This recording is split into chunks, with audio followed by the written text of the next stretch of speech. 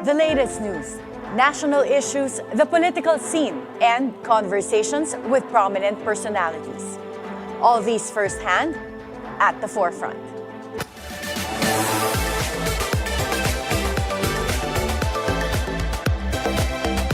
Good morning. I am Attorney Karen Jimeno. The massive Iglesia ni Cristo Rally for Peace held nationwide last Monday called on Congress to heed President Bongbong Marcos's call not to impeach Vice President Sara Duterte. Some House legislators have since become cold in pushing for the impeachment of the Vice President lest they get the backlash of the INC bloc vote in the May election. Has the move to impeach Vice President Sara Duterte already lost steam in Congress? Joining us this morning on Zoom is Manila 6th District Representative, Congressman Bienvenido Abante. Good morning, Congressman Benny. Good morning, Atty. Karen. Magandang umaga sa iyo. Congressman Benny, baka pwede pong i-share ninyo sa amin, ano na po ang status nung tatlong impeachment complaints that was filed against Vice President Sara in Congress? Actually, what I know is still in the office of the Secretary General, but I'm not party to any impeachment complaint anyway. Mm-hmm. There was a statement from House Secretary General Reginald Velasco na nai-forward niya na raw lahat ng impeachment complaints kay Speaker Martin Romualdez. Would you know if that is accurate, or based on what you know in terms of House rules, what would be the next step in that process? Well, I don't know if it's already in the office of the Speaker of the House, but the House rule would be that it will be transmitted to the office of the Speaker of the House. Then afterwards, the Speaker would transmit that to the Committee on Rules. Mm-hmm. The Committee on Rules will study it and then transmit that to the Committee on Justice. In the Committee of Justice, magkakaroon pa ng debate yan to still be tackled before it can be submitted right into the plenary. So it will take time, and we only have about, 9 session days to do it, actually. Mm-hmm. And do you think that's feasible? Well, I don't think it is. If we have to go with the regular rules of the House, palagay ko hindi feasible yan. I mean, that's the reason why matagal na, a long time ago pa, I have some sort of a reservation over the impeachment proceedings. Mm-mm. Kung yan, ginawa yan mga 6 months or 8 months ago, maaari. But not at this time, because it's now campaign period, and we already have 9 session days. So, tatransmit pa yan sa Senado, and I don't think that we have actually the vote in the Senate. So the Senate will still deliberate on it. So I don't think we have enough time to tackle it. If there were no challenges in terms of the time, would you have been in favor of an impeachment being filed and then processed in Congress? Still, I would really make a study of it, because we're not the only ones that will actually impeach the Vice President, but the Senate as well. And, sa akin lang, I'm not too sure about the senators. They're willing to impeach the Vice President. Mm-hmm. So, sa akin, mas maganda that we should not be in a hurry in trying to impeach the Vice President. But we ought to really study it, make a study of it, and really see the form and substance of an impeachment. Then afterwards, gather the support that we need, and then make it sure that in the Senate, we're going to have the numbers to impeach the Vice President. And Congressman Benny, you saw the number of people that attended the INC rally. Ano po yung pananaw ninyo in terms of the force of INC? Do you think that they have the capability to influence the outcome of the May elections? Well, the INC rally would really affect the senators and even some congressmen that would still go with the impeachment. That's true. But of course, sa akin naman tama yung sinabi ni Secretary Enrile that the impeachment is a political process. It is a legal process done by the Congress, no? And it should not be in any way be tainted with any kind of a grouping, particularly in any religious group. Well, former Senator Laila de Lima said that the INC rally was pro-VP Sara Duterte. Do you have the same view? Not exactly. If I would like to believe that the INC rally is actually for peace. That's what I'd like to believe. I do not believe that the INC rally would favor any candidate or favor any political leader. And should this impeachment not prosper because of the lack of time? What are your thoughts on the one-year impeachment bar rule under the Constitution, under Article 11 of the Philippine Constitution, wherein there should be no impeachment filed against the same public officer within 1 year from the time that an impeachment complaint was initiated against that same public officer? Yeah, I mean, if we will have to follow the Constitution anyway, we can still file an impeachment proceeding 1 year after. So we'll just have to wait for that. No, palagay ko, the Congress is more prepared to be able to tackle the impeachment proceeding after 1 year. So you think it's still feasible that there might be an impeachment under this current administration against Vice President Sara Duterte after 1 year? I would believe so, yes. And perhaps in that 1 year 1 year period, the Congress would be more prepared and freer to be able to tackle the impeachment proceeding. And for those who have filed this impeachment complaint, there were 3 impeachment complaints, and they seem to be determined that this gets heard. They were calling on Congress to do its job and process the impeachment complaints. What do you see are their alternative courses of action should this impeachment not push through? I really do not know what would be their alternative action on this. No, to me, I would feel that we are ill prepared for it. Secondly, that there's not any more material time. So I really do not know what would be their action about this. See, in fact, I wasn't even approached by any of them if I would support the impeachment.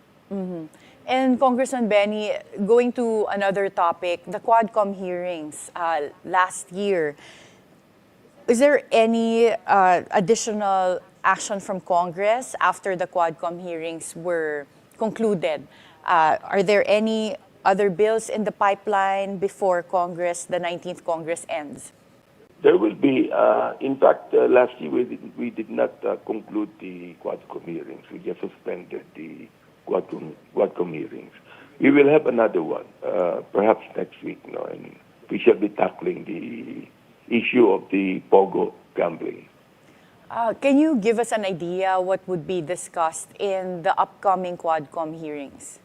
I think in the upcoming Quadcom hearing, we might be tackling 2 issues like the Pogo and the EJK. In the Pogo naman,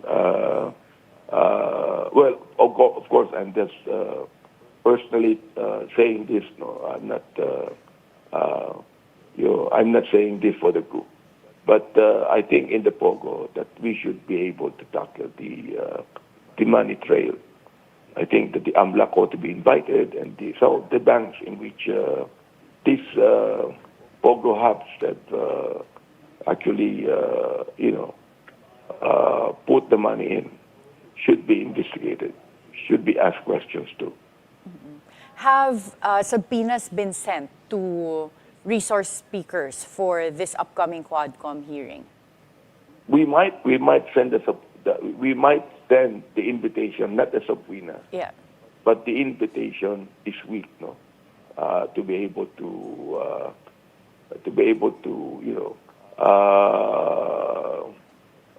do with the House rules about sending invitations for the resource speakers.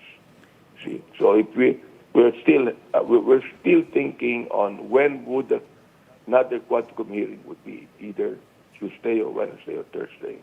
So with that, we are prepared to invite whoever should be invited. Do you already have some names of who may potentially be invited? Yes, yes. In fact, we have already. I think we have contacted AMLAC about it, and the AMLAC would provide for us the backs.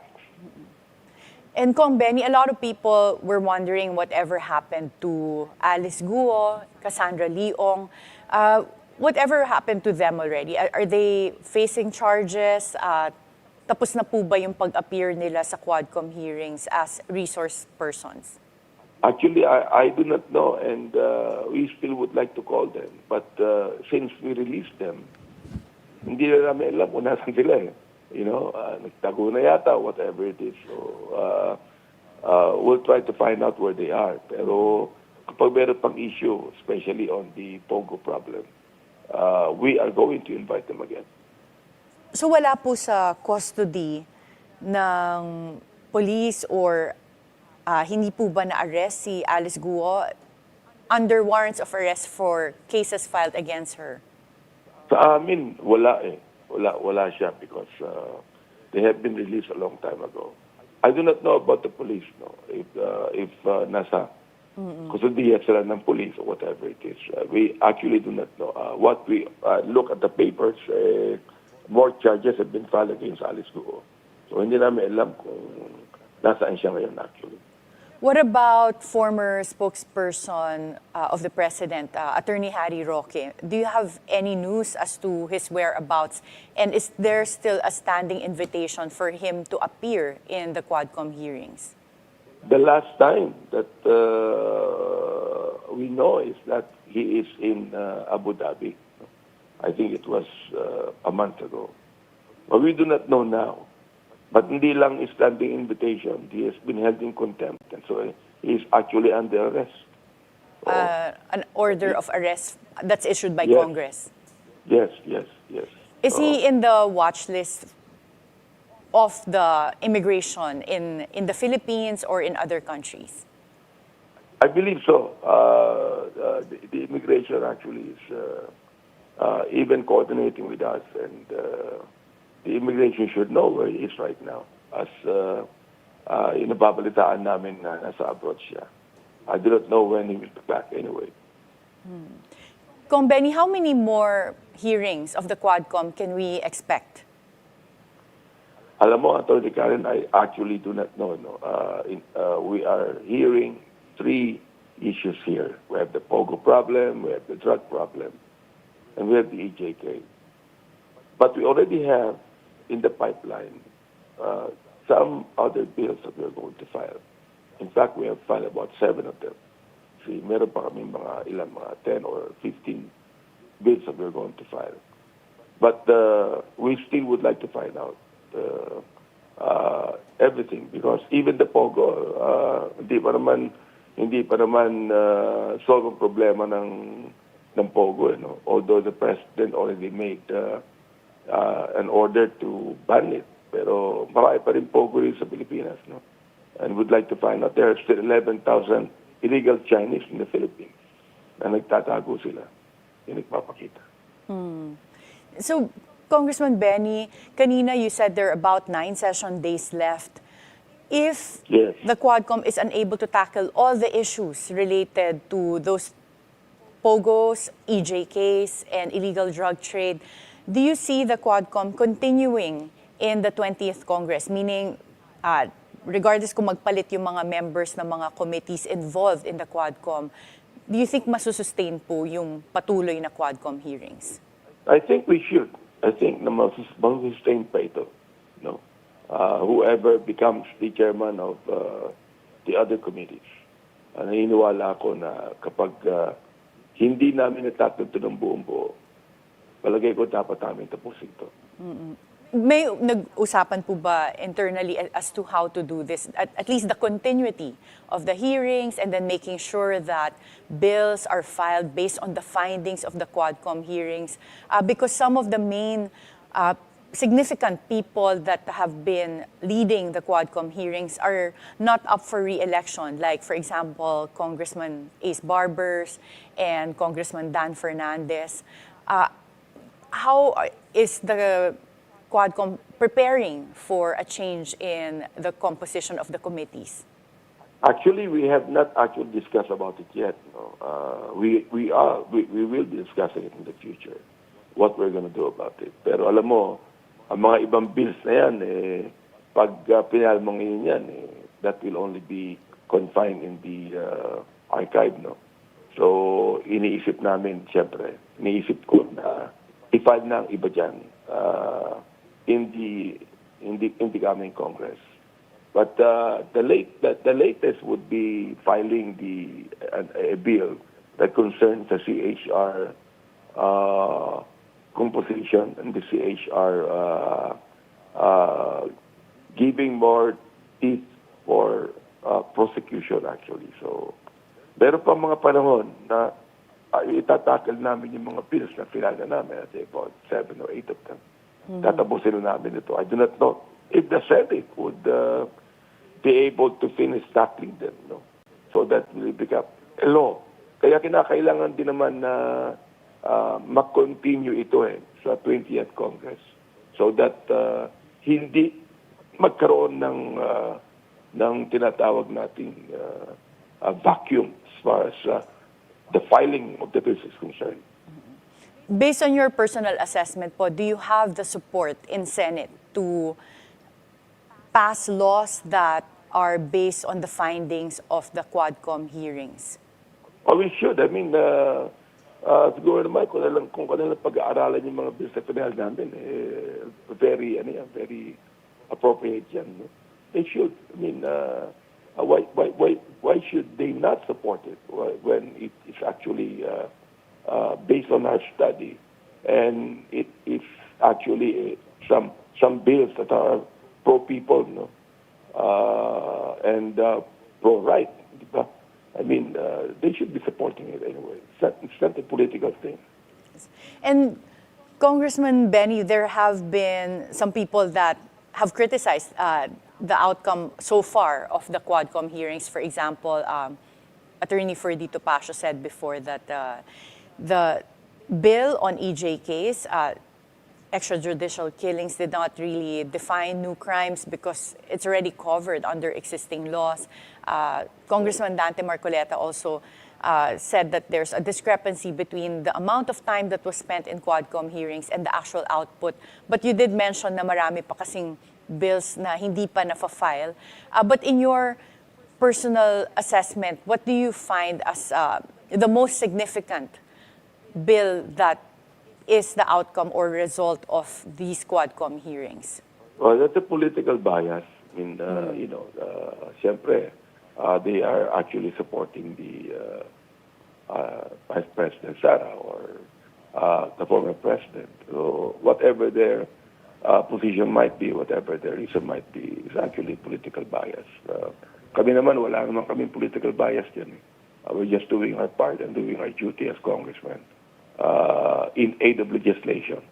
Okay, so naniniwala kami na napakahalaga ng mga bills na pinahal namin. For example, like totally banning pogo.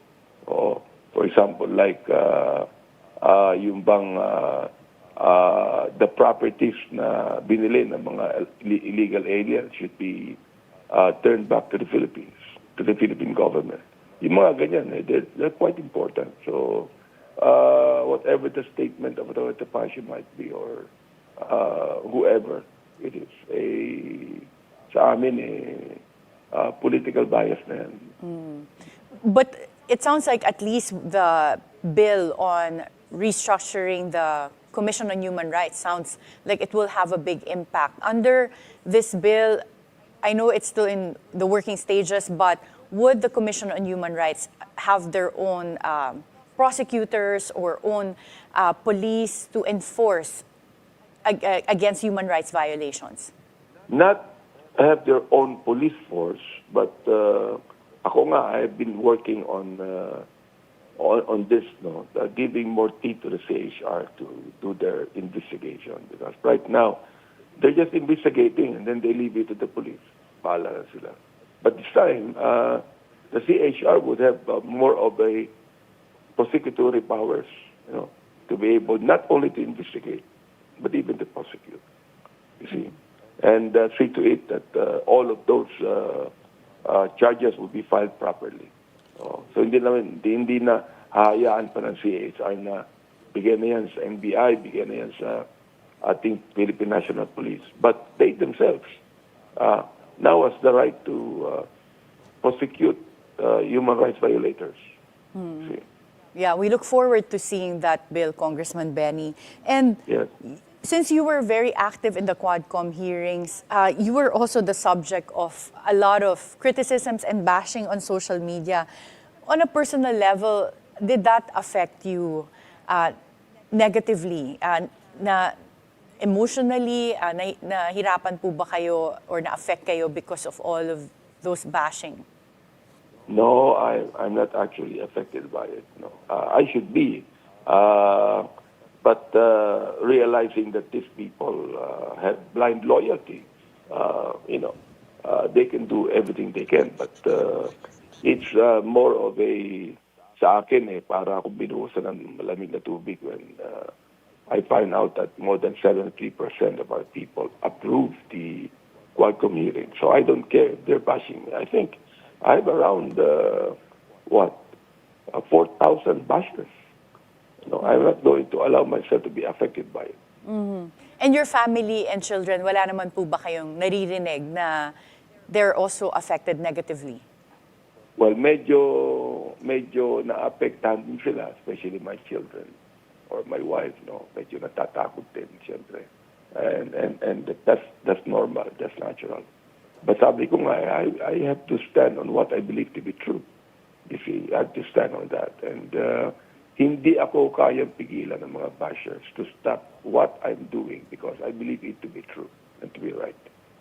And Kong Benny will give you an opportunity to also answer some of the negative comments. Some are alleging that meron daw kayong bulletproof na sasakyan at kung ano-ano mga arian. Totoo po ba ito? Yes, mayroon akong bulletproof na sasakyan. And I bought that, no, out of my own funds. I'm a pastor, Atty. Karen, and my church is very much able to buy me one. All right, hindi galing sa gobyerno yan, hindi ill-gotten wealth yan. Yun ang gusto kong sabihin sa mga bashers namin. I have some good, nice cars. See? Na binili ko, na ibinigay sa akin ng aking church. Alright? And, pero walang anumang bahid ng corruption dyan. Alright?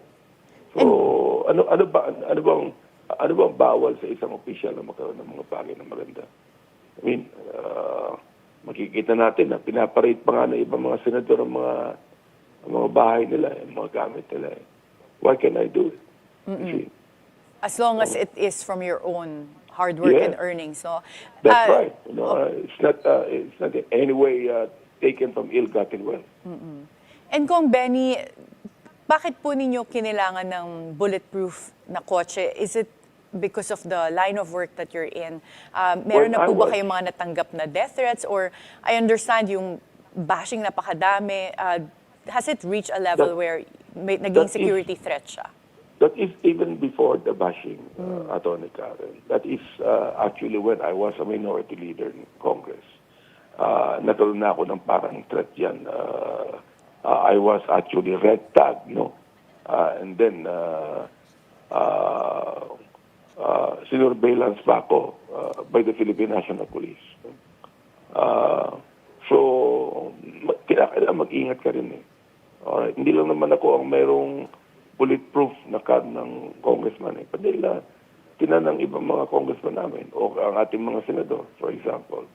Nang iba dyan, wala namang talaga mga sakyan. But they want to be careful in their lives. We are public officials. No? I might, if I don't need any bulletproof car, why should I have it?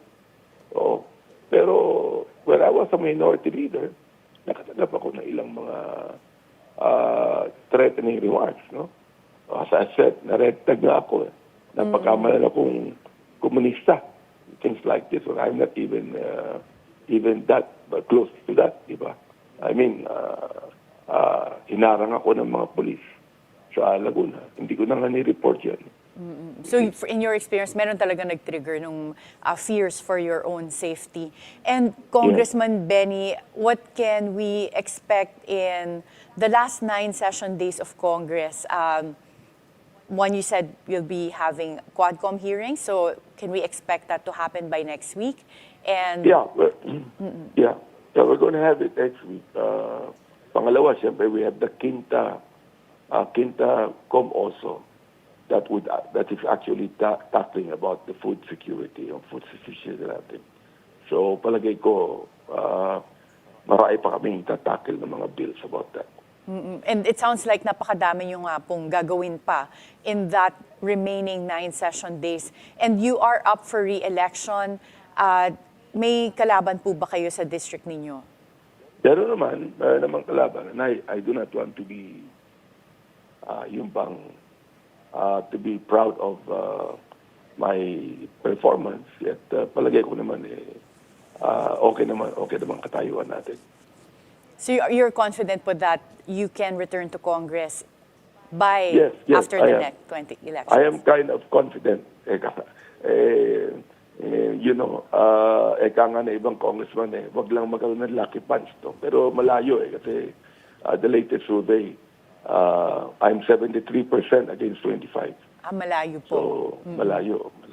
And lastly, what can we expect from Congressman Benny Abante in the 20th Congress should you be able to return?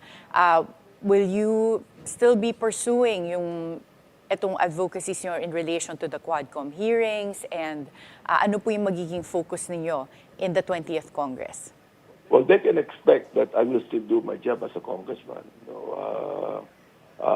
because congressmen actually make laws. So they can expect, people would expect na the Quadcom hearing might still continue, and we are still going to file those bills. They can expect that I'll be very busy in Congress. I'll be standing on my own advocacy. And my people will be able to expect that I will still be there to help them in times of need. Andun pa rin ako. Okay. Ika nga, si Benny Abante, walang pinipiling panahon yan. Sorry, lastly, Congressman Benny, can you give us an idea pala, when this all concludes for the 19th Congress, will the Quadcom recommend the filing of cases against former President Duterte? Or Well, it's not only the Quadcom, but it is also the Committee on Good Government. I think that the Committee on Good Government has enough documents to show, given to the DOJ to further investigate the Vice President. The Vice President, but what about the former President? The former President, I think that we already have recommended filing charges against the former President, even his co-ally. Like Senator Bato, they recommended namin sa DOJ because we have given them enough documents to show that they are actually accountable. Thank you so much, Congressman Benny Abante, and good luck in the 2025 elections. Thank you, Atty. Karen. Maraming salamat po sa inyo lahat. Up next, we will have Congressman Percival Cendana when At the Forefront returns after a short break.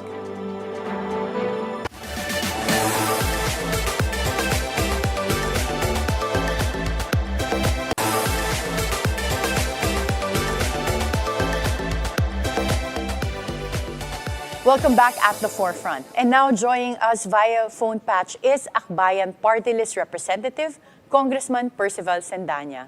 Good morning, Congressman Percy. Good morning, Atty. Karen. Magandang umaga po. Kong Percy, Akbayan was the first to file the complaint of impeachment versus Vice President Sara. What's the update on your complaint? Yes, we were the first who endorsed the complaint filed by our citizen complainants last December 2. So nagmansa rin na tayo noong January 2. And the complainants in Akbayan are waiting for the House leadership to decisively act on this complaint kasi medyo ang tagal na natin naghihintay. Kaya kahapon, nagtipon-tipon yung mga complainants from the first, the second, and the third complaint sa EDSA Shrine for a Mass for Peace and Justice. At kasabay noon yung ating panawagan sa House of Representatives to act on our moral obligation and constitutional duty to end impunity.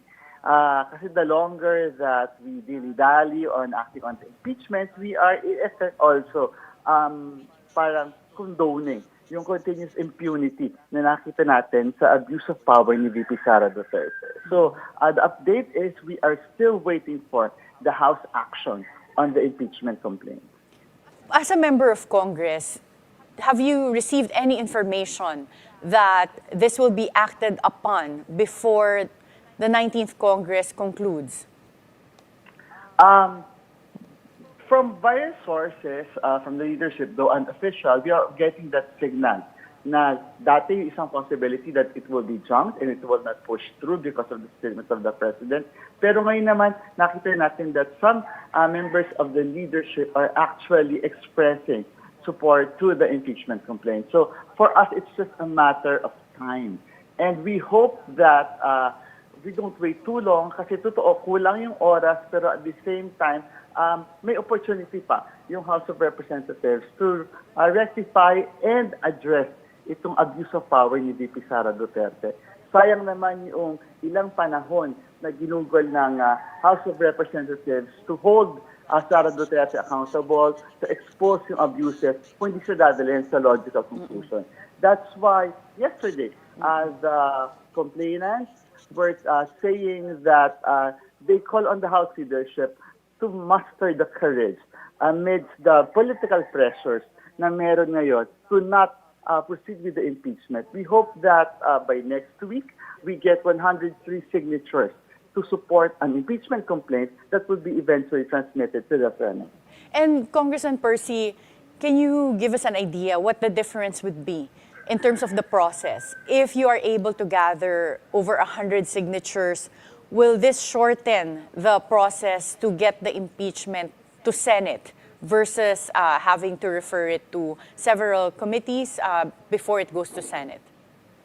Definitely, Atty. Karen, it will shorten the process, it will expedite the process. At bibilis yung proseso of holding VP Sara accountable for her abuses. So now there are 107 official active members of the House of Representatives. I'm sorry, that's 307 official active members of the House of Representatives. So a third of that is 103. If we get 103 members to sign on to an impeachment complaint, that would be jump-starting the process to automatically transmit. So we will not go through the Committee on Justice anymore. Medyo mahaba kasi ang proseso sa Committee on Justice. In fact, masabi sa House rules natin on impeachment, mayroong 60 session days ang Committee on Justice to process the impeachment complaint, determine its sufficiency in form, and then eventually sufficiency in substance. So, mahabang proseso yun. At definitely, if that happens, kukulangin tayo ng oras. And Congressman Percy, ang session days na lang ng Congress ay, tama ba, 9 session days left? May 9 session days sa balita ko, may isa pang holiday in those last 9 session days. So talagang it's imperative for Congress to act swiftly and decisively on the impeachment complaint. That's less than 2 weeks. So feasibly, palagay mo ba kaya rin mag-gather yung over 100 signatures in your assessment? With your colleagues in Congress, may nagbago ba after the INC peace rally? Actually, yung napansin ko mas pagbabago doon sa mood is, yes, napag-usapan yung INC rally doon sa sidelines, pero yung talagang pagbabago ng mood, nakita ko yan when the survey results on the perception of our mga kababayan on the impeachment was released. Kasi parang before the release of the survey, medyo hindi masyadong vocal yung mga colleagues natin. Pero nung lumabas yung yung survey results which says na malapit na doon sa almost half of the population in support of the impeachment complaint, medyo nagbago yung tone, yung mood sa House of Representatives. Kasi nagkaroon ng courage at emboldened yung ating mga kasamahan na eventually, when the time comes, to sign onto an impeachment complaint. So, napakahalaga talaga ng public support na nakita natin. Tapos, compounded with yung lumabas na mga surveys wherein bumababa yung trust rating sa Vice President na nag-chip na doon sa armor ng mga Duterte. Nakita natin na posible talaga to hold them accountable. Hindi sila brick wall na hindi mo kayang tibagin. May possibility to hold them accountable and to bring them to justice dun sa mga abuses na ginawa nila. So Congressman Percy, when you say nagbago yung mood, ang mood na napapansin mo ay parang mas optimistic ba sa Congress na kayang ma-impeach ang Vice President? Yes, given the growing public support, yan yung napapansin ko. Napakahalaga nung shift na yun at napakahalaga na lumabas itong public sentiment in support of the impeachment at yung decline doon sa trust ratings ni VP Sara Duterte. And wala pong naapektuhan in terms of the INCP's rally? Well, I'm sure mayroong effect yan doon sa ilan natin mga kasama, especially those in areas who are in tight races na kailangan nila ng INC endorsement. Pero tingin ko, mas marami pa din, kakayanin pa rin eventually when the time comes na makuha yung 1/3. No?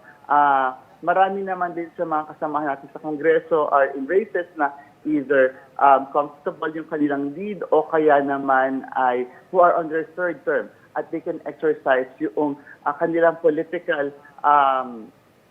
will without much repercussion at the local races kung saan sila tumatakbo o hindi natatakbo. And how much coordination are you undertaking with the other groups na nag-file din po ng impeachment complaints? Tutulong-tulong po ba kayo among those three groups? Ayan, yung kahapon was a very fruitful convergence of complainants from the three impeachment complaints. So for the first time, after noong patawag na pulong noong nakaraang linggo, before session, nagkaroon kahapon ng common activity. Ito nga mass natin for peace and justice sa EDSA Shrine. At doon, nagsabi iba't ibang grupo na magkakaroon ng series of activities independently organized in the next 2 weeks, which will culminate to a big mobilization on January 31st. So, patuloy na mag-exert ng pressure, patuloy na mananawagan, patuloy na i-expose ng ating mga complainants yung mga pangangailangan para sa lalong madaling panahon ay ma-impeach na si VP Sara Duterte. Congressman Percy, you mentioned yung event ng January 31st. Is this related doon sa merong pinaplano na prayer rally sa may EDSA Shrine? Is this the same?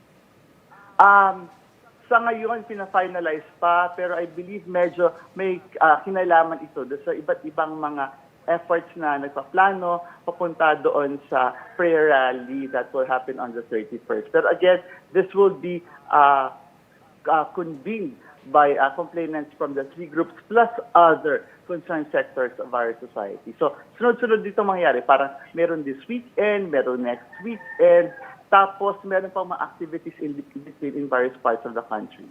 And yung kayo po, yung mga ino-organize ninyong events, ang layunin po ba is to call for the impeachment of Vice President Sara? Because the INC rally was a rally for peace, but they were also calling for not pursuing the impeachment to support President Bongbong Marcos's initial call na wag i-impeach yung Vice President. But in terms of your events, is this the opposite? Is this just a prayer rally or are you calling for the impeachment of the Vice President?